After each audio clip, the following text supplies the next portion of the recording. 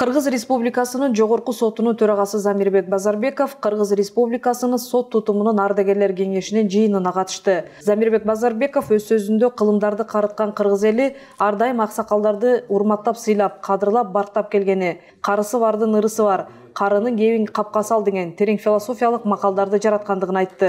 Ардагерлер сот реформасын алдыга жылдырууда билим тажрыйбалары менен жетишинче кол кабыш кылууга жана Замирбек Базарбековдун сот реформасын жүргүзүүдөгү аракетин толук колдой тургандыктарын билдиришти. Ошол менен бирге эле орун алып жаткан бир катар көйгөйлөргө токтолушуп, бул маселелер оң жагына чечиле тургандыгына ишеним жасашты. Замирбек Базарбеков сот бийлигинин учурдагы абалына кайдыгер карабай, ар тараптан колдоого даяр турган ардагерлерге ыраазычылык билдирип, орун алып жаткан көйгөйлөрдү чечип берүүгө колдон келген аракеттин көрөрүн билдирди. Өз кезегинде ардагерлер Жогорку соттун төрагасы Замирбек Базарбековго жоопту кызматка келиши менен куттуктап, ак калпагын кийгизип, ишинде ийгиликтерди каалап, батасын беришти. Сот реформасы бүгүнкү күндө деле коомчулукта актуалдуу экендигин эске алып, сырттан эмне болор экен деп карап тура бербей, мына бул сиздер жөнүндө айтып атам да ушу.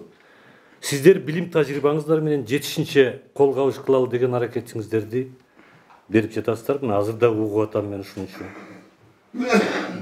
Баарыбызга белгилүү болгондой, мына сиздер айтып аткан жана сот адилеттүүлүгүн жүзөгө ашыруу эми бул оңой милдеттерден эмес экен да.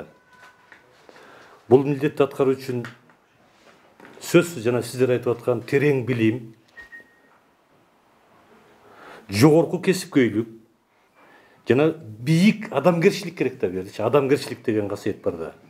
Адилеттүүлүк сөзсүз түрдө сабырдуулук жана чыдамкарлык талап кылынат экен. Ушу талап кылынат.